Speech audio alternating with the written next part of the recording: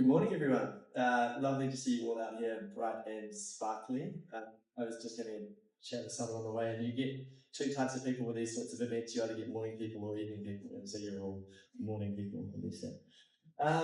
So just a quick kind of introduction. My name's CJ. I'm one of the co-founders of Planes, and I'm really excited about this panel today because we're talking about something which is very near and dear to all of our hearts, and that's actually launching things. We are a digital product studio based in London, and our team of designers, product specialists and engineers help our clients figure out where the opportunities are, design the right things and get them to market. Can I get a quick show of hands who here has launched a Gen AI product, proof of concept in the last 18 to 24 months? Can you keep your hands up if that has made it into production? Oh wow, you can all go home then. Obviously, for most of us in this room, AI started way before ChatGPT came out, but what used to be for us a capability problem has now become more of a product problem. At the end of an API call, you've got the best models in the world and the ability to build and launch incredible experiences for our customers and our users. And at the same time, we've all got boards and execs and CEOs saying, looking to us as product leaders and saying, what's our AI strategy? How are we using AI in products?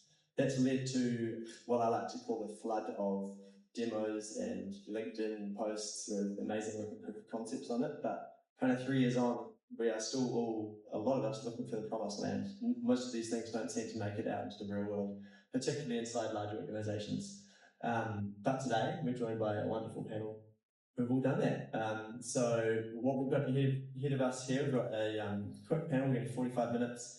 We're going to have questions at the end, so start thinking of them now. We don't want to get to the end and ask some questions and have to use our pre-planned ones. And then after that, Matt is going to give us a demo of what is going on behind the scenes at OpenAI. So can I have a quick round of applause for our panelists?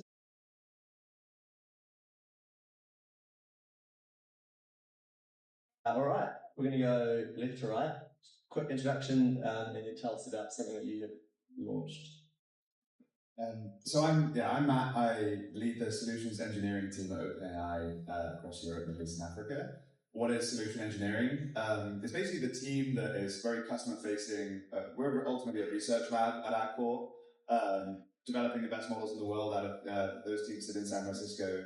And then we have a global team who are responsible for going and interacting with customers. That could be large enterprises, startups, digital native tech companies, but also education and working with governments. And so I get a really broad spread of seeing what people are trying to do with our models and technology, guiding them through how to build the product around the model to put it live in production. And then importantly, taking what we're seeing and feeding that back into the research team to improve the models moving forwards.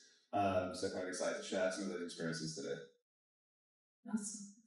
My name is Inês. I currently work for a law firm that is part of it's UK based, but it's part of a wider alliance over 50 countries, and recently launched their first product. And it happened to be a Gen AI product because that was the best solution for the situation. That was not the initial plan. But I've been in product for a while and have a bit of a different background maybe. Everyone says that in product, but I got some hints from Ryan there that actually mentioned that my career is spanned across having business to cake design, being a kindergarten teacher, and doing HR recruitment. So it's been an interesting background that I try to bring into the things that I do. Yes, the job aspect. I'm Sam, I'm the founder of Octopus Legacy, so we're part of Octopus Group.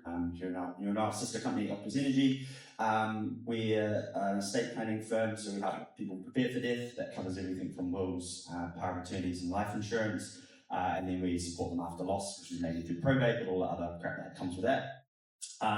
We've done a lot of AI, so since ChatGPT came out, we've been using it nearly every day. We've done a lot of projects. We're doing a lot of acquisition strategies at the moment, so we're buying a lot of law firms and kind of rolling up that market, and so we're using AI to kind of make those acquisitions more attractive. And one of the biggest ones we've done, which I'll talk to today, is Ollie, which is an estate planning, a digital estate planner, and he can take conversations from when you meet with a client, you take a consultation, you get information, and we take transcripts and then you can draft all the legal documents they need as the consultant needs, which is takes that margin up a lot. So yeah, that's probably the biggest one. Hi, I'm Christine, and I work at Experian. Experian is a company that holds a lot of data about businesses and individuals. We power a large proportion of the transactions that happen inside of financial services in the UK, US, and Brazil. We have analytics. There's the speaker. It's up there. Well, we power many of the transactions, so the data and analytics and decisions across many economies around the world. And we're FTSE listed, so you can understand that when we're working with such conservative clients and being publicly listed, we take our AI very, very seriously. We've been using lots of different kinds of AI in our different products over the years because it really can be the best way of getting to a really refined and unbiased decision. But in particular, recently we launched the Gen AI set of features inside of one of our existing B2B products. So we have a product that's called Aperture Data Studio, where our financial services, insurance, automotive, all sorts of clients are using it to look at their data, to connect tables, to do kind of all those ordinary tasks that a lot of data scientists do before they build models.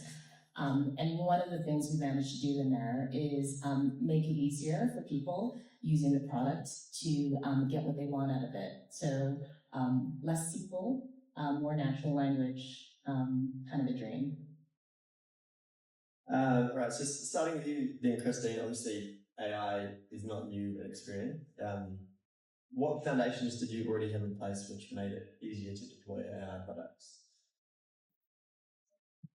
I keep holding it this way.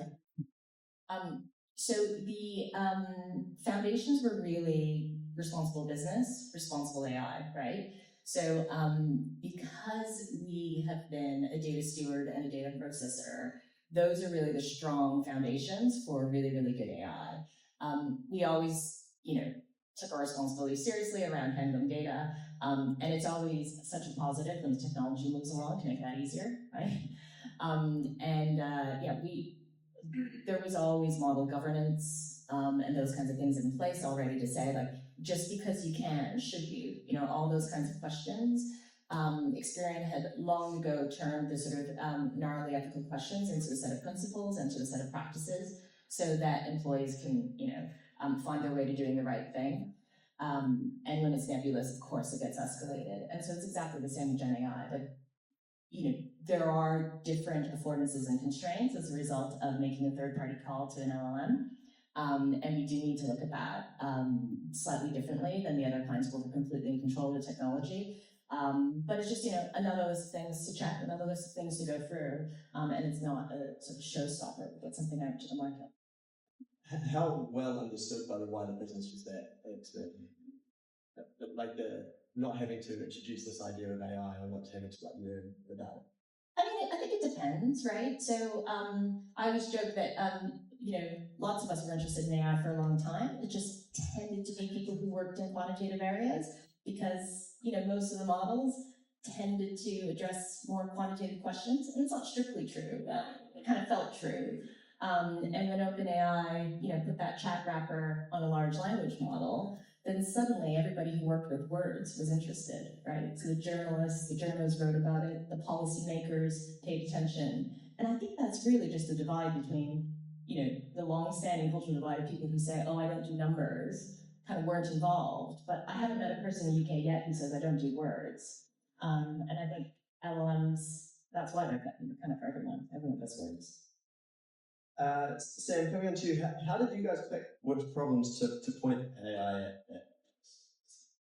Yeah, it's a good question. I mean, we were playing around with it on a lot of things, but like all startups, trying to build stuff around actual problems we had. So the first two we did, the first one was radar. We were acquiring companies with large books of clients, like filing cabinets full of paperwork, and they had no CRMs, no SMON, so we had to build something to go through and sort and scan. So that was our kind of first project.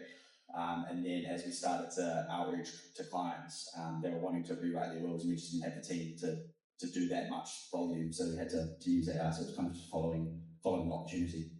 So without it, the business wouldn't have worked the way it does now?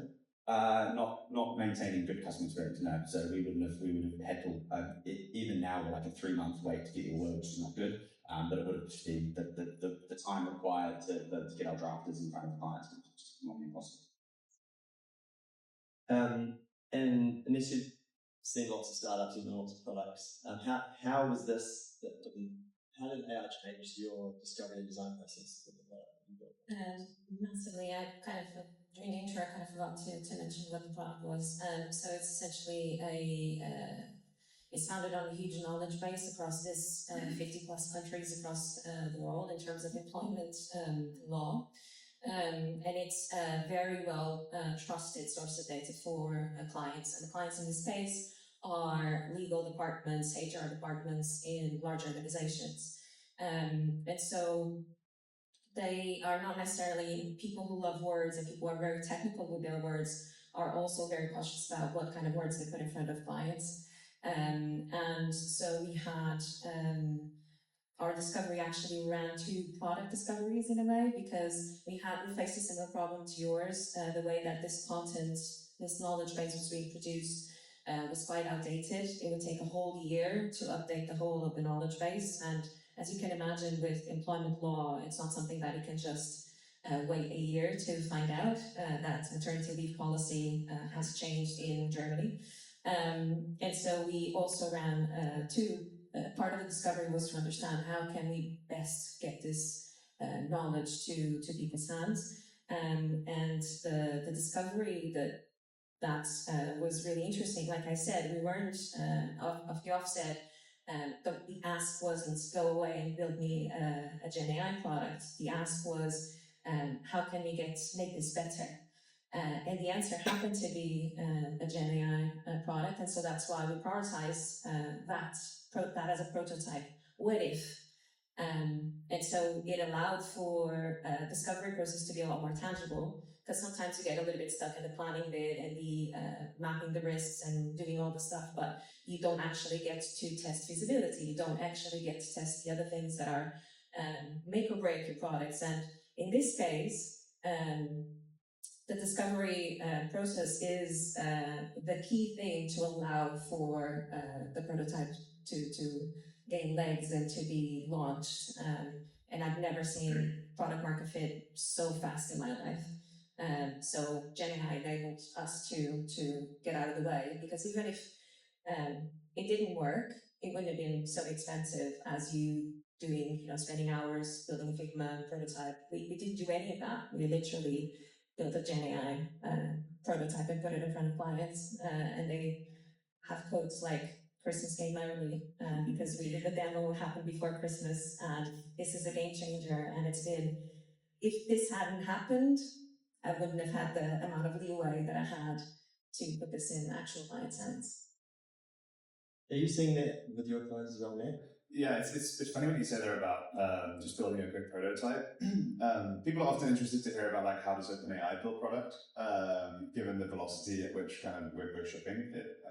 I wake up every morning and find out about something new that we're shipping today. There's an announcement this evening, by the way, for a new big product feature, which you should all tune in for. So do we. Do the plug there. We wake up finding out something new has happened as well. Yes, okay. Amazing. Sometimes we're surprised. But our product team are vibe coding prototypes. Like sometimes you could fiddle around in Figma, or you could just like create an interactive prototype with tools like Windsurf and Cursor now. We actually have like non-technical. We had our sales teams building software, just playing around, and like kind of that's going to accelerate it. I think in terms of what we're seeing across the market, I think this is an incredibly noisy space right now, and it's hard to know what to build and where to focus. Everyone's talking about agentic at the moment. Every single one of every piece of software that you use has an agentic feature you can pay extra for, and so it's kind of hard to like sort through the noise. So let me provide a little bit of perspective there. I think where we're seeing companies be most successful is where they're taking the thing which is most core and differentiated to their business and investing the effort in building that, and like buy the rest. So for example,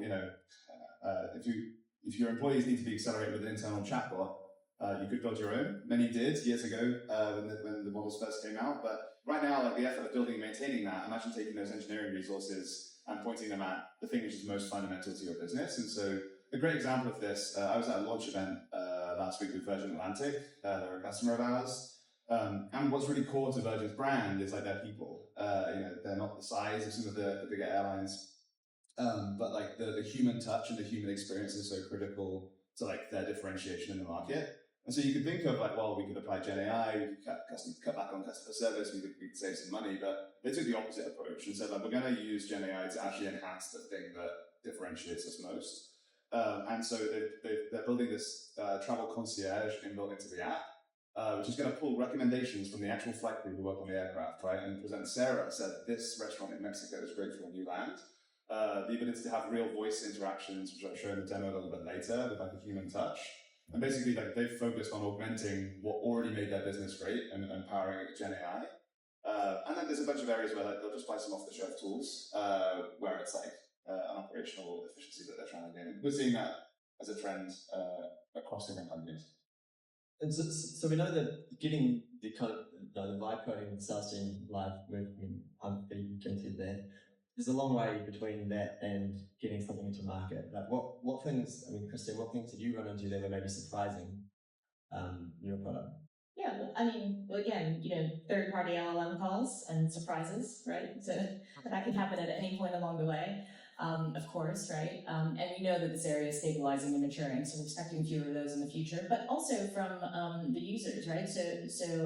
And when it's B2B, it's not just users, right? It's users and procurement and account admins and it's just, I'm going to stand here, account admin and so on and so forth. And so what actually ended up happening that surprised us was we needed more friction into the product.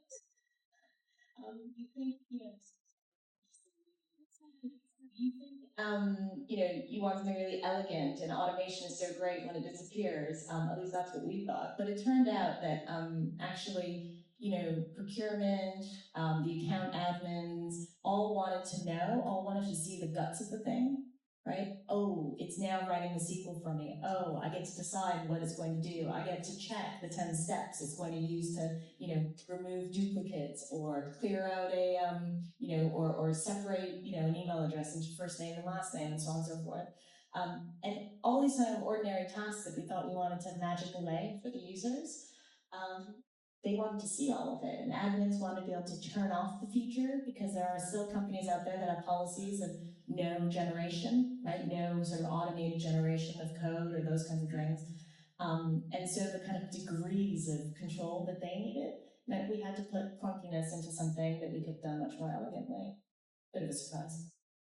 If I can just add to that, so we are seeing that a little bit, and I think that this Gen AI is kind of scary for a lot of organizations, especially large businesses. It's non-deterministic by nature, right? So if you run a test of like the same thing, it doesn't necessarily happen every time. But I do think GPT 3.5, which I think is the model that first came out when we launched ChatGPT, was like pretty objective. If any of you use it today, you'd be like, "What is this? Like total rubbish!" Like it hallucinated all over the place. It would make stuff up.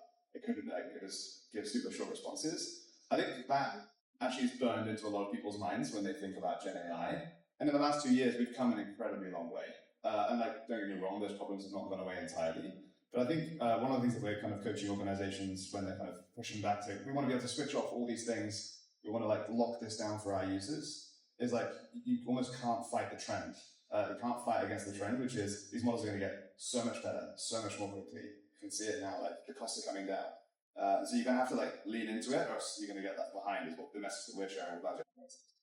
Yes, there's, I think that depending on the context in which you're operating, especially, for example, in a law firm, what words are the business, right? And so that's actually where we spent most of the development time was the prompt engineering aspect of it, because one thing that we had to do was to lock only search in this knowledge base, because if it was searching outside of the knowledge base, we would lose all credibility.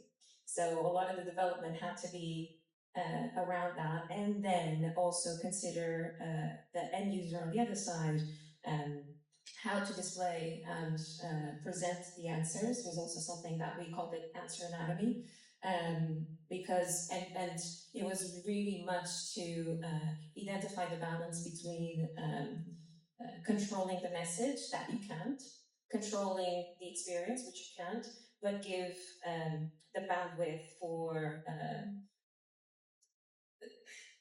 the technology to work as it needs to work, in context that it still delivers trust, it still meets the objectives, it still meets adds value, and you don't have to be a prompt engineer to do that. So I think that we're definitely seeing a transition, and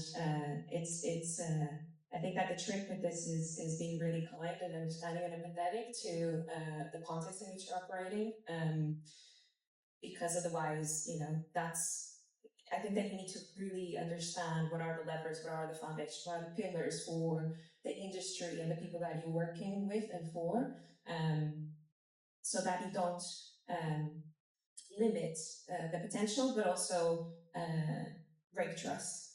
Yeah, and I guess there's the way Inês and Christine talked about this, there was an expectation that your customer had, which was surprising around the thing that they got. Like, they didn't want it to be in a black box because maybe they didn't yet trust the models. Sam, I know you, with your tools, you can't afford for it to be wrong. So how do you kind of combat that right now, and how do you see that maybe changing? Yeah, with humans, unfortunately. Ollie drafts documents. He can hallucinate sometimes, which isn't great. An example I use is people can take children out of their wills now and again for all sorts of reasons. We get a lot of people coming to us to write their wills to specifically disinherit their children, which is quite interesting. So Ollie can hallucinate and assume that someone's taken their will out because a child out because disinherited them. We had an example where the child was actually deceased. That's not a good mistake.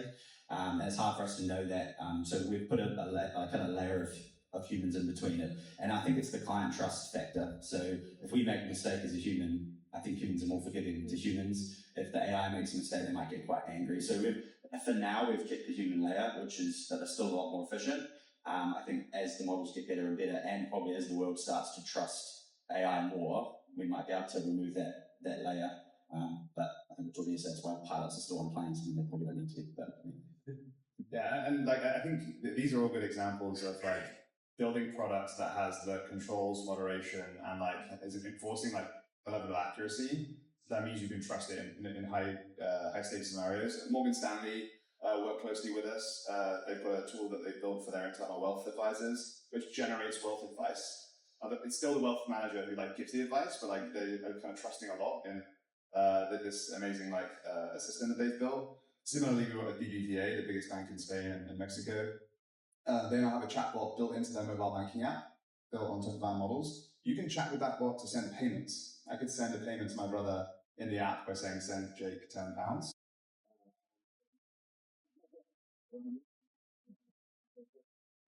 But there's no higher stakes scenarios than these kind of examples. And I think the point here is, I think you've expressed it well, is making sure that you have a way to measure performance and accuracy of this. We often talk about when building product, it helps to start with evals. Evals like a unit test, I guess, in the Gen AI world. And that concept from software engineering of test-driven development is even more important now. In fact, we actually advise customers start by writing the evals before you write the code that you're going to put into production. Because tweaking a prompt could make the thing you're looking at much better and something you didn't check much worse. And so you almost can't do anything until you have a really robust test set so that you know that the changes you're making are moving the whole product in the right direction. We've definitely found that Henry and my co-founder and I come from startup land, and we've always been it used to be with early versions of products pretty rare to put unit tests in because it took so long to write the tests and you didn't even know if the product was going to work. But now you can't force the product without writing the test. It's a full 180 and things. But it means you can move faster. We actually find that the expertise on my team gets used almost exclusively on evaluation. The other general product and engineering teams, they can often build these things without us. But it's the evaluation where having the expertise really matters. That's the difference between a LinkedIn post and a thing and all that. So we've all kind of talked a little bit about how it's definitely still imperfect, but do you think it's better to start these things? And do you think it's better to, Christine, do you do you believe that it's worth your teams fighting through these as opposed to just sitting around and waiting for the next OpenAI model? Oh yeah, completely. I mean,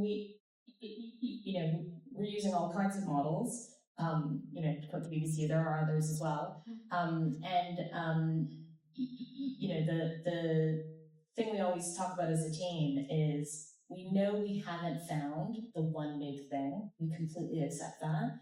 But we're also super clear that standing on the beach, evaluating the waves to figure out which one is the big one, it's probably the worst way to learn to surf. So we accept, right, that sometimes we would do something too early, right? Sometimes it will be too small.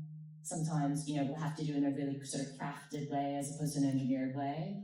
But it's the practice of getting up on those small waves over and over again that's giving us the judgment and the skills, the kind of muscle memory for when we find the one big one. And I would encourage a lot of you to think about it in those terms as well. Yeah, I completely agree. I mean, to the point I said with human factors, I mean, our margin has gone from 20% to 80%, so we're definitely happy with what we've got.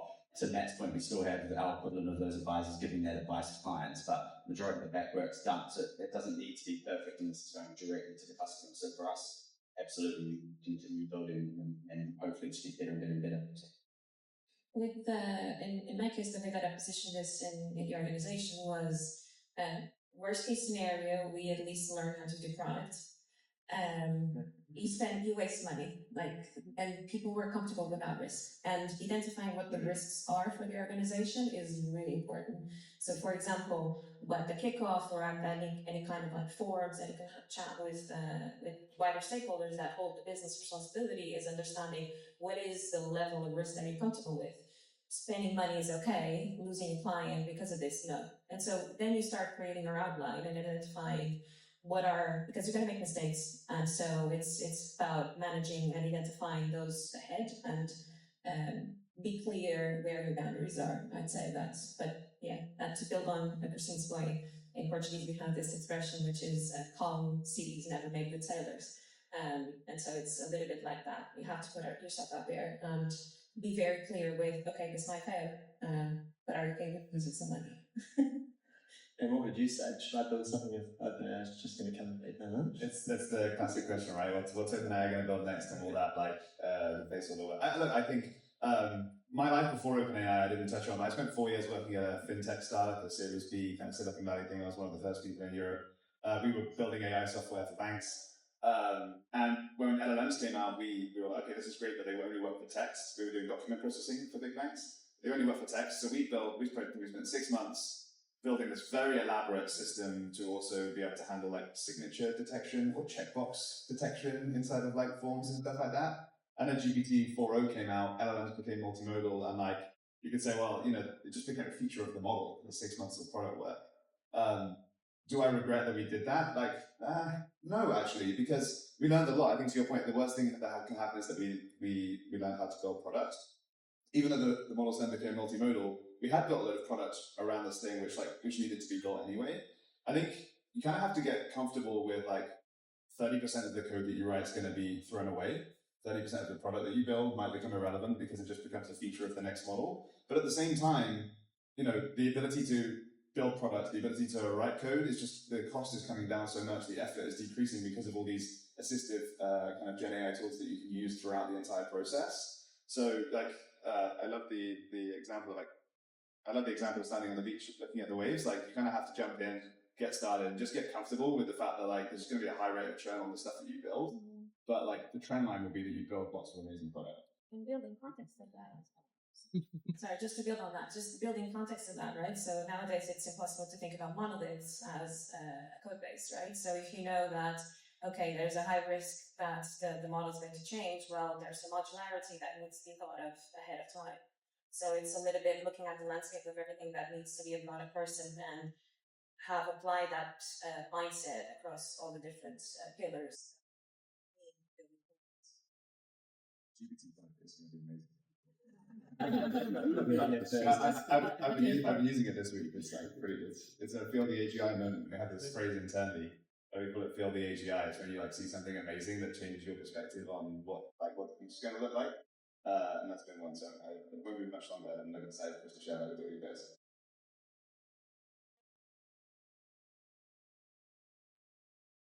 The next version.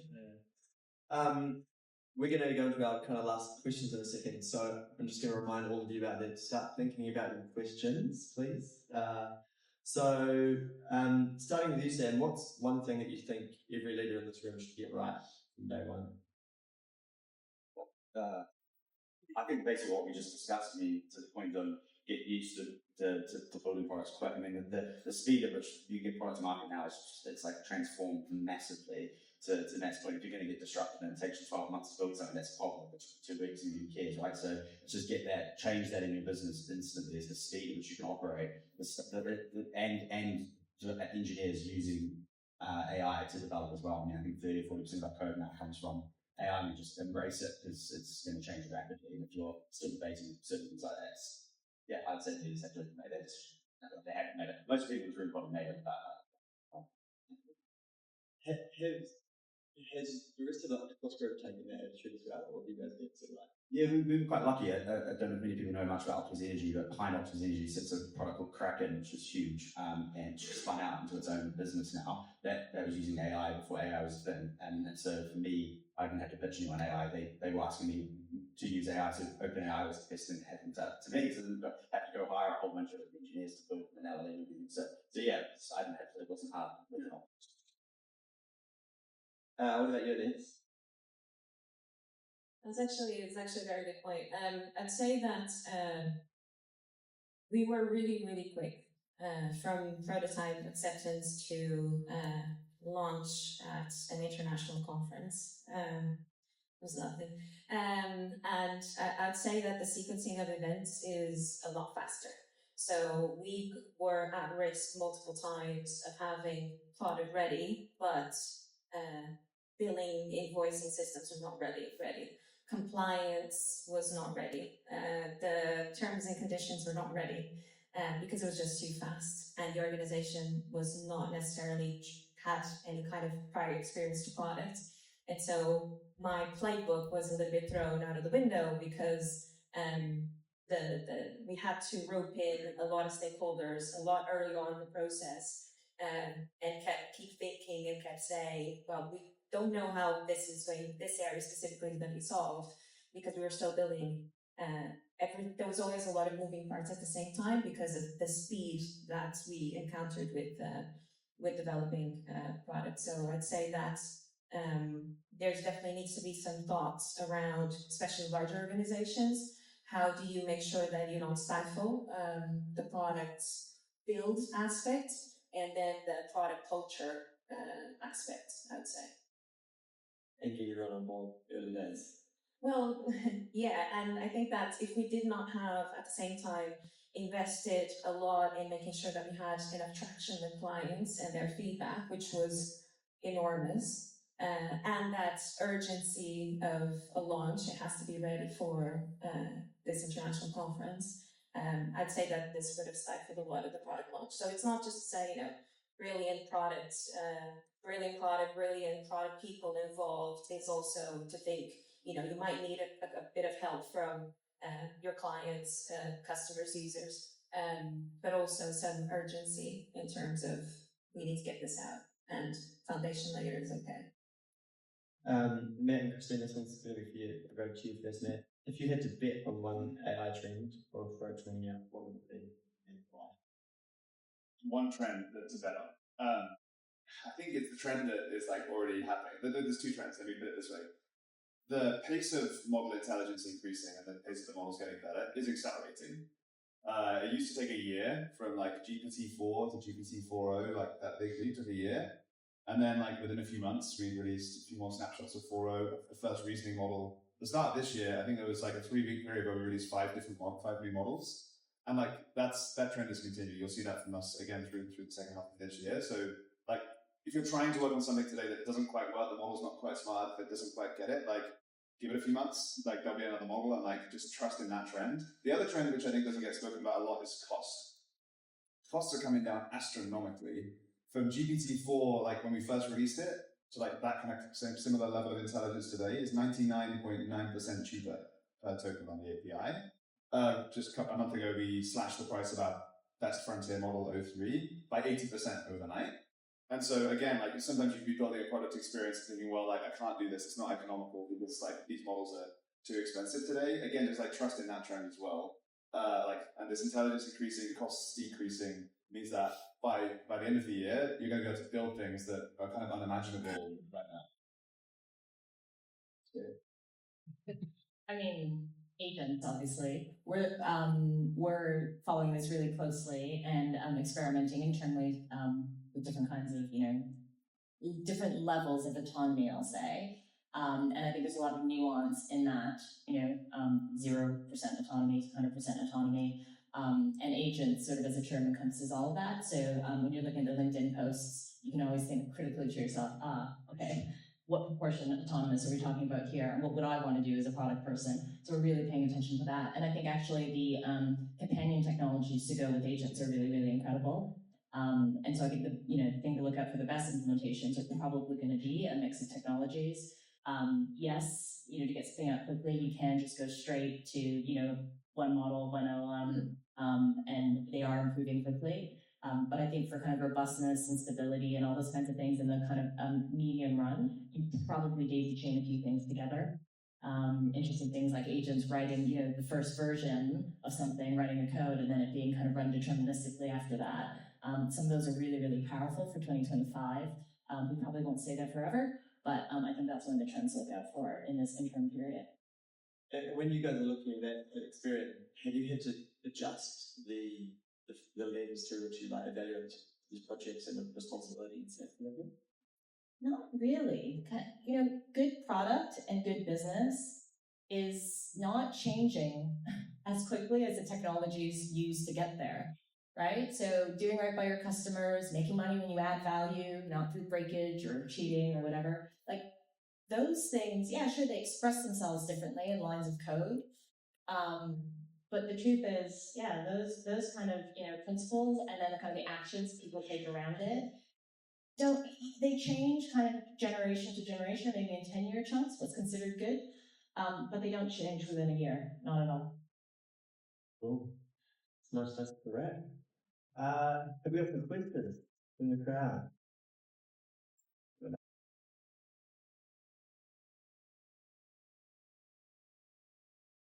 I'm curious, do you have an example of an organizational transformation playbook?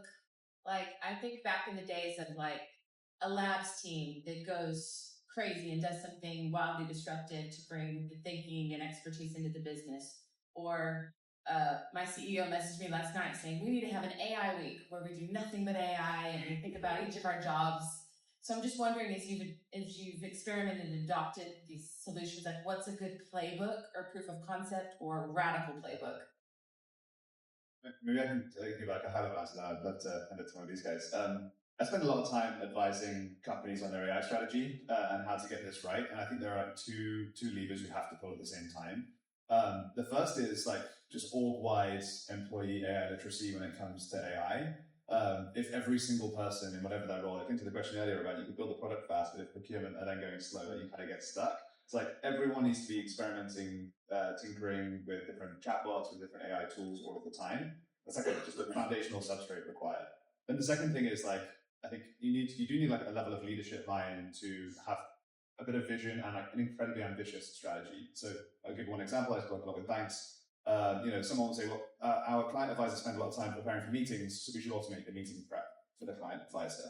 Well, okay, that's a use case, but I think it's helpful to level up the ambition and say, what would a fully automated AI banker look like 3 years from now? And that's now one foundational component of the bigger vision. And I think it can be easy to get lost in a spreadsheet full of 100 AI use cases that maybe we should build. And bringing that stuff together into some real big ambitious AI themes, thinking a couple of years ahead, you'll probably end up doing the same work, but when you slot them into a strategy that has that level of vision, you're actually going to drive the organization to move together in the right direction. Yeah, I agree. My thing would be large adoption across everyone in the company. It's not like a little labs thing that sits in the corner and builds little products and ships it. Our whole company's learning AI, we're getting much speed, reskilling, because it's going to, we don't want that bottleneck. So I create a cool product that has to go through procurement. we have to do with insurers, which maybe slows down a little bit, but internally we should move as fast as we possibly can without external stakeholders getting in the way and then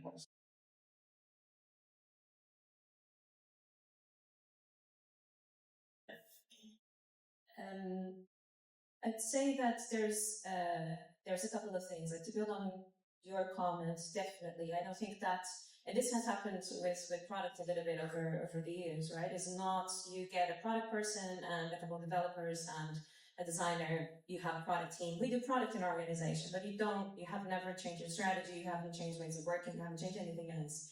And so that's where you end up becoming a project team. So it's a little bit understanding how AI is going to change that in your organization. Understand there might be the opportunity of opening up new business models, new revenue streams, and just the business setup actually changes. So really expanding, not just what is the technology that we can introduce, is what is the business that we want to become. And that becomes that's where you get the buy-in from the C team in terms of driving that from the core rather than being a side off the desk kind of product. So it's been very essential to having the support of the managing partners. Has been on, because we don't have a CEO element. It's actually a democratic agency of movement, which makes it so much fun. But it's been having that, what is your missive? For example, in our case is being a tech-enabled law firm. So that gives everyone the permission to, how can I be more tech-enabled in my operation? So that broadens up the conversation. What is my next Gen AI event?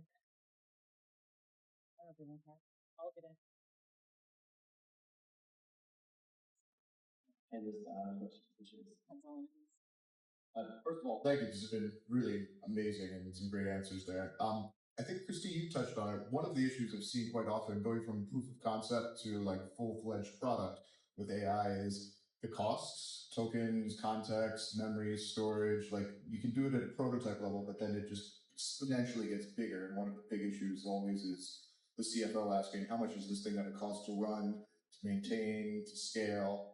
And some of that you can't always equate for it. Do you have any thoughts on, especially working with large enterprise, managing the understanding of what is it actually going to cost to do a AI product in production? I guess I'll start since you mentioned me. I mean, yeah, ROI is always the concern of the CFO. And, in our instances, B2B, we can, we're rolling out, right? Client to client, they're adopting it. So you can see as it goes. Pricing is really unclear for us, actually, more than costing. Right? So do you just offer this up for retention and stickiness, or do that's for us the much more difficult question. We do notice unit costs, token costs going down and down and down and down. So we kind of don't worry about that. But pricing, what's a pricing strategy for putting, these baubles in our existing product? I don't know. Really difficult. So my previous comment, I think the token cost itself is going down, but we see a lot of people struggling with how should this be something that gets included for free? Should it be something we charge with? The Box CEO, Aaron Levy, he kind of wrote, we released our GPT 4.1 Nano series, which is this unbelievably small model.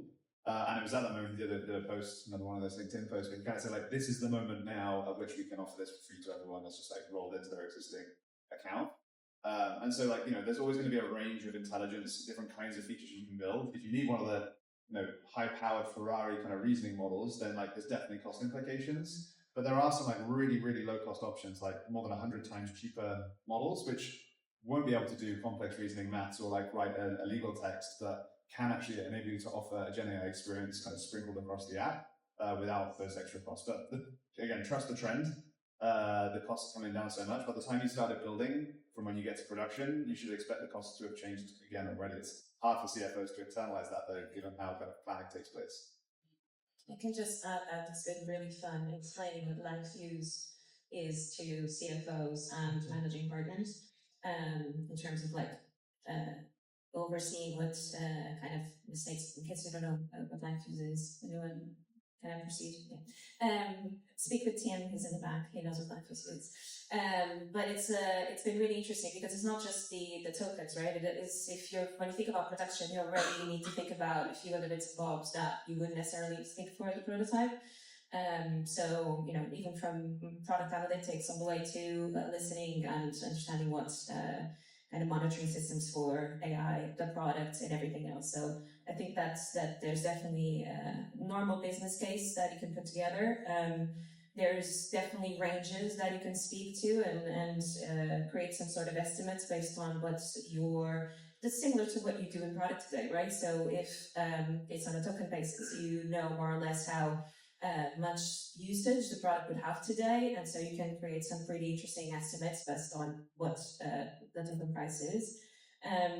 But all cost conversations are a little bit empty if you don't have a good understanding of what ROI means for the organization. And we still have endless conversations about not just the pricing structure, because before is I'm a lawyer, I give you advice. My advice is I'm a senior lawyer, I cost that much. I'm a junior lawyer, I cost that much. That is pricing in this context, right? In this context, with AI, you're not, if you think that the content is not necessarily something that you'd be charging for specifically, is the value that you're adding, that then adds another layer of conversation, and you're kind of constantly fitting between growing your organization ROI metrics or retention kind of related ROI metrics. So I think that if you start bucketing your estimates on high level, finger in the air, how much people are gonna use this, and the ROI based on what is the objective, what am I doing this for, it helps having the conversation, because it might be that, okay, we're not prepared to spend that much money, and it's okay, because then that's this kind of a link.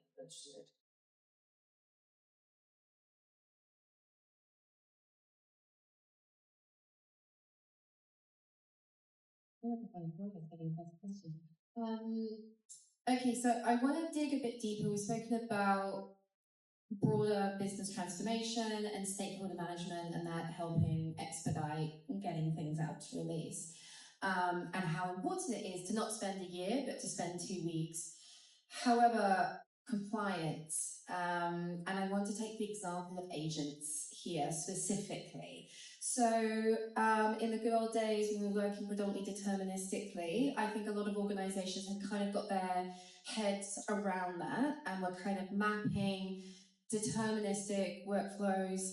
I think almost all of your companies probably deal with a lot of PII to different levels, and I'm sure you work with companies that do as well, data, so on and so forth, but they kind of managed to map their existing legal and compliance and data processes and regulations and sort of force deterministic to fit into that, right? But now, when we're moving towards agents and increasing levels of potential like autonomy, when we're moving towards the holy grail of agentic, what are you guys thinking about doing to actually increase expedition to actually release things out into the world? So getting it out of innovation. Are you going to try and make them fit to your existing, compliance and procurement processes, or are you actually going to have to look to rewrite those internally?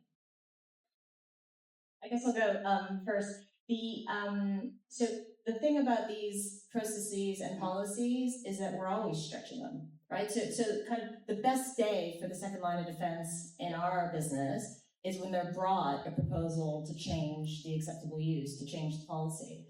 Because that means we've done enough one-offs that suddenly now a pattern's emerging. There's a kind of a cluster of use cases that are worthwhile, right? And so I got told when I joined, the team before hasn't brought enough changes to the existing policies. So we're sort of getting bored here because we're just looking at one-offs. So that's the stance, right? That they're business partners to the business. They're not business prevention.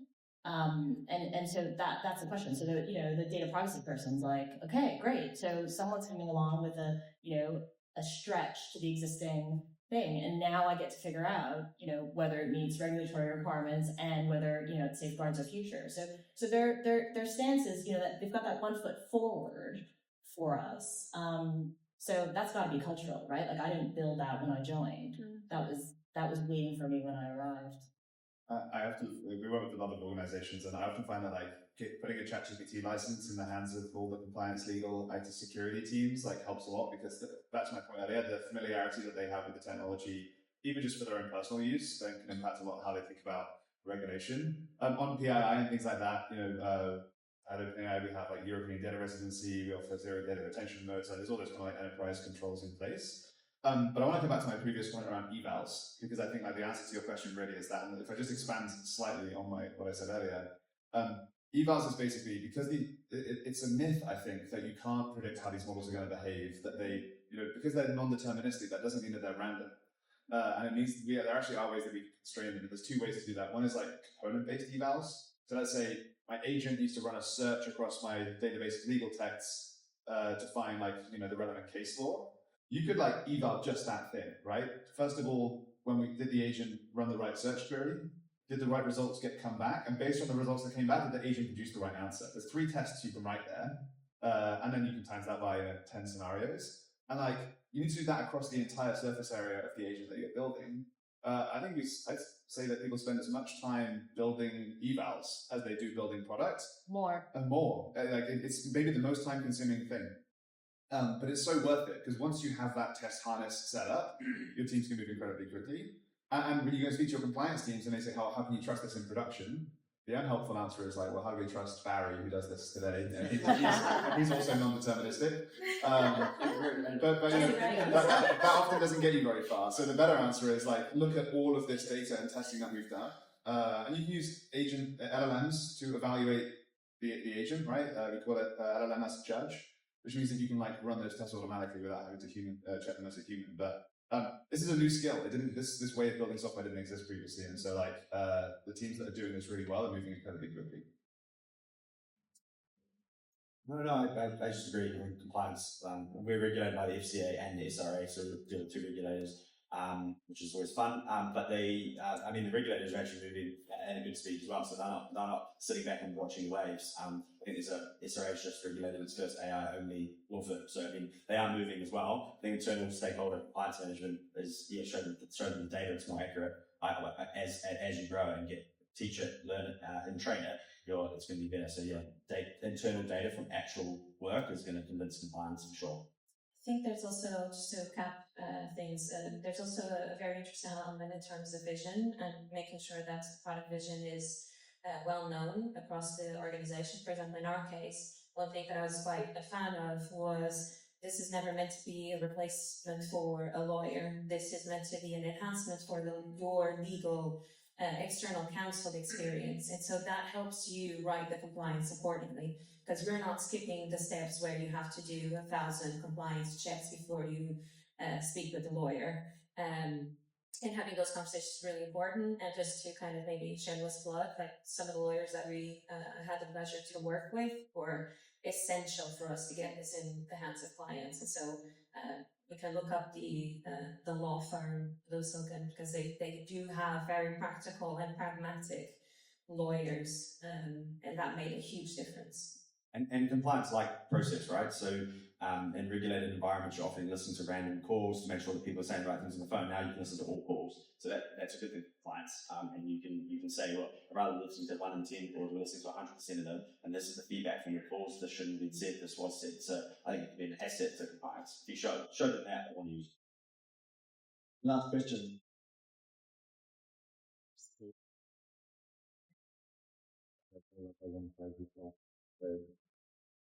No, thank you for the great talk. I'm Liberatus from Amazon. And one of the questions, so we started off with moving from POC to prod. And Inês, you mentioned quite relevantly that initially it sounded like quite a bit of prompt engineering and then potentially some guardrails as well to make sure that the model was only pulling from the appropriate knowledge base. But across the piece, I was quite interested to understand you're working very different verticals. So as you've moved from POC towards production, have you started to use different techniques for customization? So maybe starting with something quite simple like prompt engineering, but then working your way towards like fine tuning or maybe retraining models completely to be more bespoke and for your use case. And even map for yourself, like with the customers that you work across, like what are you seeing the trend be? Thank you. I'll take that one very quickly. Yes.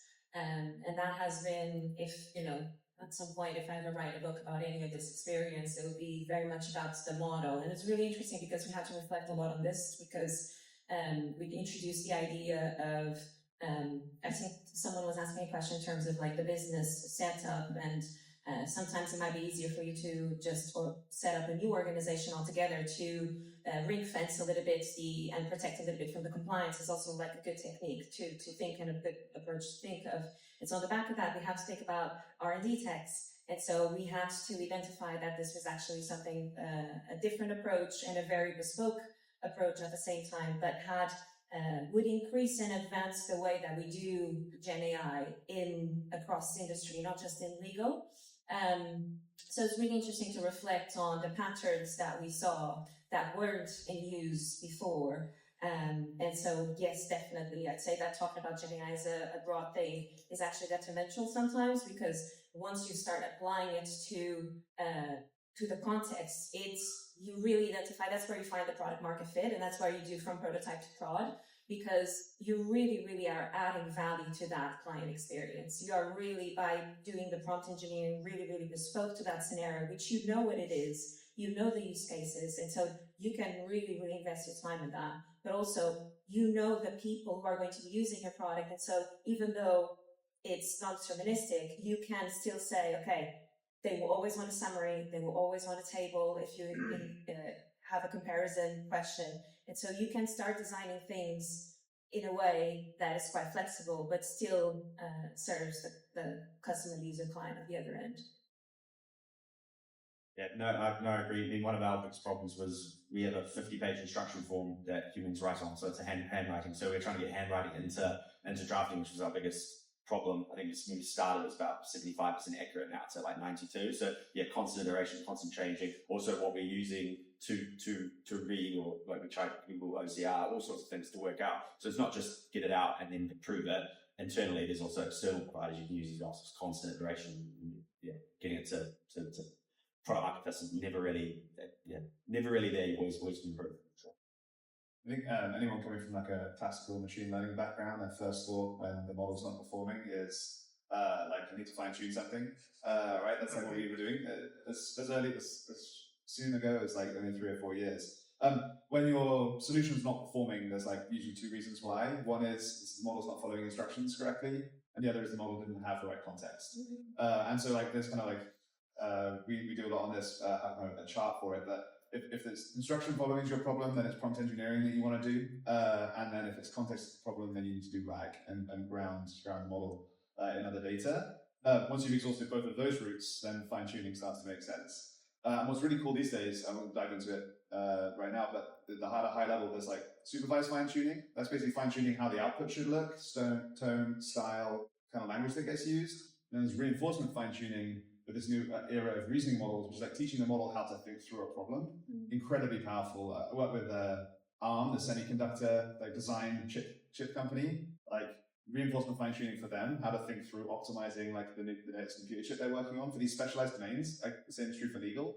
RFT can be a really powerful tool, but it's also like quite high effort. So you should start with RAG, prompt engineering, can you few shot prompt a little bit further, and like fine-tuning then is like really for specialized domains.